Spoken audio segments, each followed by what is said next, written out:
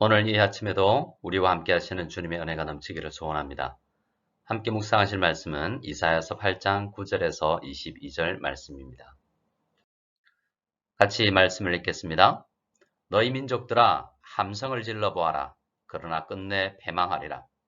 너희 먼 나라 백성들아 들을지니라. 너희 허리를 동이라. 그러나 끝내 패망하리라. 너희 허리에 띠를 띠라. 그러나 끝내 패망하리라. 너희는 함께 계획하라. 그러나 끝내 이루지 못하리라. 말을 해보아라. 끝내 시행되지 못하리라. 이는 하나님이 우리와 함께 계심이니라. 여호와께서 강한 손으로 내게 알려주시며 이 백성의 길로 가지 말 것을 내게 깨우쳐 이르시되 이 백성이 반역자가 있다고 말하여도 너희는 그 모든 말을 따라 반역자가 있다고 하지 말며 그들이 두려워하는 것을 너희는 두려워하지 말며 놀라지 말고 만군의 여호와 그를 너희가 거룩하다 하고 그를 너희가 두려워하며 무서워할 자로 삼으라. 그가 성소가 되시리라. 그러나 이스라엘의 두 집에는 걸림돌과 걸려 넘어지는 반석이 되실 것이며 예루살렘 주민에게는 함정과 올무가 되시리니 많은 사람들이 그로 말미암아 걸려 넘어질 것이며 부러질 것이며 덫에 걸려 잡힐 것이니라. 너는 증거의 말씀을 싸매며 율법을 내 제자들 가운데서 봉함하라. 이제 야곱의 집에 대하여 얼굴을 가리시는 여호와를 나는 기다리며 그를 바라보리라. 보라, 나와 및 여호와께서 내게 주신 자녀들이 이스라엘 중에 징조와 예표가 되었나니 이는 시온산에 계신 만군의 여호와께로 말미암은 것이니라. 어떤 사람이 너희에게 말하기를 주절거리며 속살거리는 신접한 자와 마술사에게 물으라 하거든 백성이 자기 하나님께 구할 것이 아니냐 산자를 위하여 죽은 자에게 구하겠느냐 하라. 마땅히 율법과 증거의 말씀을 따를지니 그들이 말하는 바가 이 말씀에 맞지 아니하면 그들이 정녕 아침빛을 보지 못하고 이 땅으로 헤매며 곤고하며 굶주릴 것이라. 그가 굶주릴 때에 격분하여 자기의 왕과 자기의 하나님을 저주할 것이며 위를 쳐다보거나 땅을 굽어 보아도 환난과 흑암과 고통의 흑암뿐이리니 그들이 심한 흑암 가운데로 쫓겨 들어가리라. 아멘. 어제 저는 말씀을 전하면서 이사야서, 적어도 이사야서의 전반부인 39장까지의 내용은 므낫세 왕에게 준 이야기로 읽어볼 수 있다라고 말씀을 드렸습니다. 므낫세 왕은 선한 왕 히스기야 왕의 아들이었습니다. 이사야 선지자는 므낫세 왕의 아버지인 히스기야 왕 때까지 사역을 하다가 므낫세가 왕이 될 즈음에 은퇴한 노 선지자였습니다. 므낫세 왕은 나이가 12살의 왕이 되었는데요. 이 어린 므낫세 왕은 여러 왕들의 시대의 선지자로 사역을 했던 이 연로한 이사야 선지자를 통해서 선포된 말씀에 귀를 기울이지 않습니다. 그러나 오늘 성도님들은 말씀을 들으면서 이 말씀을 묵상하면서 므낫세 왕의 길로 가지 아니하고 하나님의 말씀에 귀를 기울여서 우리에게 주신 사명을 잘 감당할 수 있기를 바랍니다. 이사야 8장은 아하스 왕을 중심으로 남유다 백성들에게 주신 말씀입니다.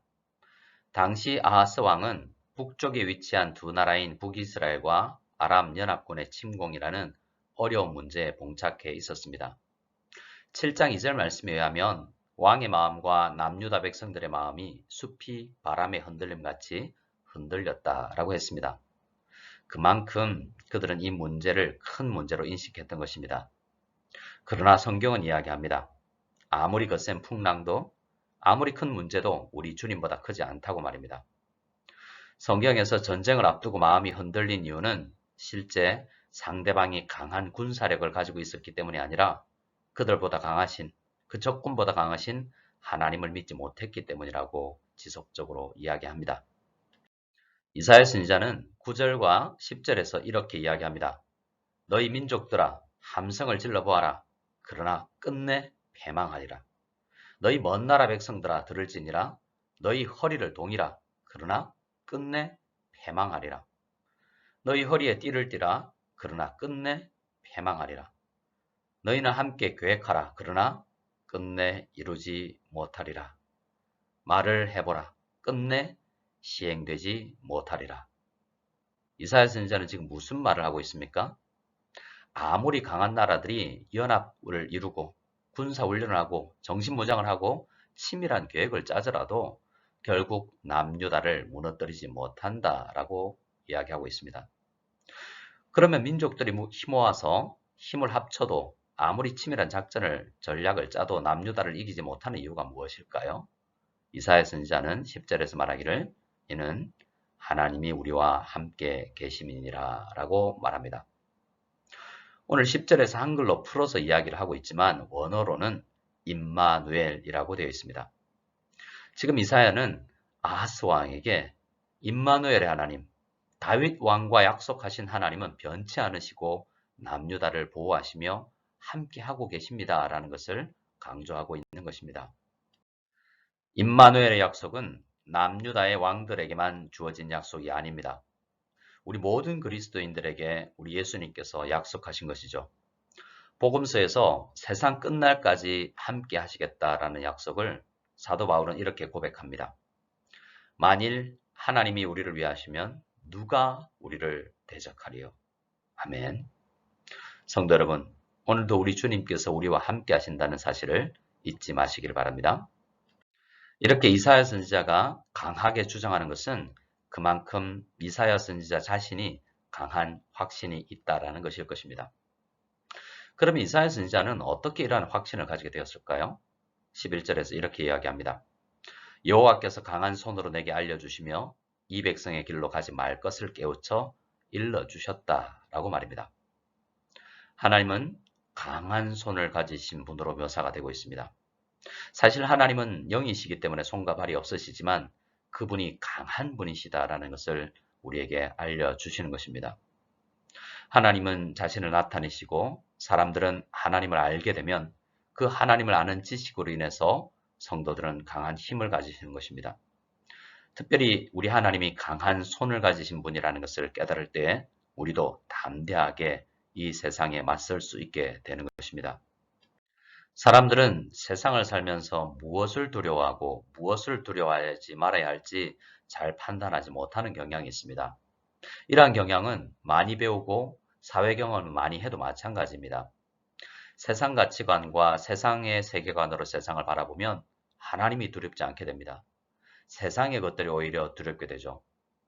하지만 성경적 세계관을 가지고 살아가면 13절 말씀처럼 만군의 여호와 그를 너희가 거룩하다 하고 그를 너희가 두려워하며 무서워할 자로 삼으라 라는 말씀처럼 하나님을 두려워하게 됩니다. 지금 북이스라엘과 아랍연합군과의 전쟁을 앞두고 두려워하고 있는 아하스 왕과 남유다 백성들은 성경적 세계관을 가지고 있지 못한 것입니다. 그래서 그들의 마음이 숲이 바람에 흔들림같이 흔들렸던 것이죠. 하나님을 믿고 성경적 세계관으로 무장한 성도들에게는 피할 곳이 있습니다. 14절에서 그곳은 성소라고 이야기합니다. 성도는 어렵고 힘들 때 성소에 계신 하나님께 기도할 수 있는 특권이 있는 사람들입니다. 성도는 기도하면서 하루를 살아갑니다. 그리고 어려운 일들을 만날 때 피할 길을 내시고 내 영혼을 소성케 하시는 하나님을 만나게 되죠. 그리고 그 하나님께서 성소에만 계시는 것이 아니라 임마누엘 하나님이 되셔서 우리가 가는 그 어느 곳이든 동행하신다는 사실을 알게 됩니다. 그러나 14절의 표현처럼 지금 하나님을 올바로 믿지 않고 있는 이스라엘의 두 집, 북이스라엘과 남유다는 피할 곳이 없는 사람들과 같고 오히려 하나님이 그들의 걸림돌이 되시고 걸려 넘어지는 반석이 되고 함중과 올무가 될 것이다 라고 이야기하고 있습니다. 당시 북이스라엘과 남유다는 나름 외형적으로는 여호와 신앙인들처럼 보였지만 실상은 불신자나 마찬가지였던 것입니다. 오늘 우리들은 이 말씀을 비추어서 자신을 보아야 될 것 같습니다. 요즘 우리는 교회당에 함께 모여 예배드리지 못하고 구역에서 서로 믿음을 격려하는 모임이 방학을 하면서 얼마나 성도로서 바르게 삶을 살고 있는지 우리 자신을 돌아보아야 하겠습니다. 16절에서 18절까지 말씀은 이사야 선지자와 함께 이러한 환란의 시절에도 믿음을 저버리지 않고 신실하게 남아있는 사람들이 살아가는 삶의 방식을 소개합니다. 16절 말씀을 보시면 하나님은 이사야에게 증거의 말씀을 싸매라 라고 하십니다. 그리고 내 제자들, 즉 하나님의 제자들 가운데서 그것을 봉함하라 라고 하십니다. 이사야와 하나님의 제자들, 이들은 이 환란의 시기에 신실하게 하나님의 강한 손을 믿고 하나님만을 두려워한 남은 자들입니다. 이들이 가장 중요하게 생각한 것은 증거의 말씀, 율법, 곧 하나님의 말씀을 보존하고 증거하는 것이었습니다. 그리고 17절 말씀에 의하면 남은 자들은 야곱의 집 이스라엘이 저버린 여호와를 기다리며 여호와 하나님께서 약속을 이루실 그날을 소망하는 사람들임을 우리는 볼 수가 있습니다. 18절 말씀도 이사야와 남은 자들에 대한 말씀입니다. 남은 자들은 이스라엘 중에서 하나님이 살아계시다는 것을 알리는 징조와 예표가 되었다라고 말합니다. 세상은 하나님이 없다고 말하지만 우리 성도들을 보고 세상은 결국 하나님이 살아계시구나 라는 것을 인정할 수 있게 된다는 말입니다. 성도 여러분, 어렵고 힘든 시기를 보낼 때 아하스 왕과 남유다 사람들처럼 이방인들이 가진 세계관으로 살아가지 않고 하나님을 믿는 사람들의 세계관, 성경적 세계관으로 살아갈 수 있기를 바랍니다. 그 세계관으로 어려운 문제를 바라보고 두려움을 가지지 마시기 바랍니다. 오직 우리 하나님만을 두려워하며 우리 함께 어려움을 극복하는 믿음의 공동체가 되기를 소원합니다. 19절에서 22절 말씀은 이사야와 신실하게 남은 자들과 달리 어두운 세상의 가치관을 가지고 세상을 살아가는 사람들의 모습을 보여주는데요. 19절에 의하면 사람들은 어려움에 직면할 때 신접한 자와 마술사에게 도움을 구하게 된다라고 말합니다. 어떻게 하나님의 백성들이 자기 하나님께 구하지 않고 힘없는 세상과 우상을 의지하는가에 대해서 질타를 하고 계시는 것입니다. 어떻게 살아있는 사람들이 죽어서 힘이 없는 존재에게 의탁하는지 한탄하시는 것입니다. 성경적 세계관에 의하면 죽은 사람이 귀신이 되는 것이 아니고 혹 귀신이 죽은 자의 영혼이라고 할지라도 살아있는 자보다 힘이 없고 아무것도 할 수 없는 존재입니다. 그러나 우리가 자주 접하게 되는 영화나 드라마에서 접하는 세상의 세계관은 어떠합니까? 귀신이 엄청난 힘을 가진 존재로 우리에게 알려지고 있지 않습니까? 20절에서는 교회 안에서도 성경적이지 않은 가르침들이 침투해 들어올 수 있음을 이야기합니다. 성도는 아무리 그럴듯해 보이고 힘을 주는 말인 것 같아 보일지라도 하나님의 말씀에 맞지 않으면 버릴 수 있는 분별력을 길러야 합니다. 그러나 세상적 가치관에 끌려다니는 사람들은 그러한 가먼이설에 요동되어 결국은 아침빛과 같은 주님의 은혜를 경험하지 못하게 될 것이다 라고 이야기합니다. 21절과 22절 말씀은 이 세상적 가치관을 가지고 살아보려고 어려움을 이겨내보려고 했던 많은 사람들이 결국은 문제 속에 파묻혀 공고하며 굶주리게 되고 주변 사람들을 저주하고 심지어 하나님까지 저주하게 된다고 말합니다. 위를 보아도 땅을 보아도 온통 흑암뿐인 인생을 살아가게 될 것이다 라고 이야기합니다. 세상은 달콤하게 우리에게 희망의 빛이 있다고 유혹의 손짓을 합니다. 하지만 결국 그 길을 따르면 빛을 보지 못하고 어두운 흑암에 머물 뿐이라고 강조하면서 이사야 선지자는 흑암, 고통의 흑암, 심한 흑암이라고 3번이나 흑암을 강조하며 바른 성경적 가치관을 가지고 살아가는 것이 얼마나 중요한지 우리에게 강조합니다. 성도 여러분, 어려운 문제를 만나게 될 때 우리의 신앙이 작동하는 시간입니다.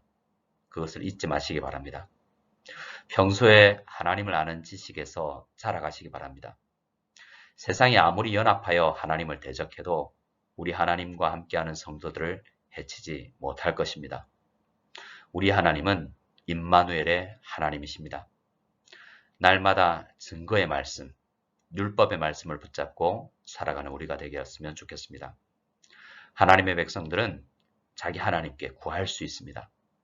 우리 하나님께서 우리의 기도를 들으시고 응답해 주실 것입니다. 이 아침에도 우리 주님의 도우심을 경험하면서 우리에게 주어진 길을 믿음으로 잘 걸어가게 되기를 소원합니다. 우리 다 같이 주기도문으로 예배를 폐하겠습니다. 하늘에 계신 우리 아버지여, 이름이 거룩히 여김을 받으시오며 나라가 임하시오며 뜻이 하늘에서 이루어진 것 같이 땅에서도 이루어지이다. 오늘 우리에게 일용할 양식을 주시옵고 우리가 우리에게 죄 지은 자를 사하여 준 것 같이 우리 죄를 사하여 주시옵고 우리를 시험에 들게 하지 마시옵고 다만 악에서 구하시옵소서. 나라와 권세와 영광이 아버지께 영원히 싸움나이다. 아멘.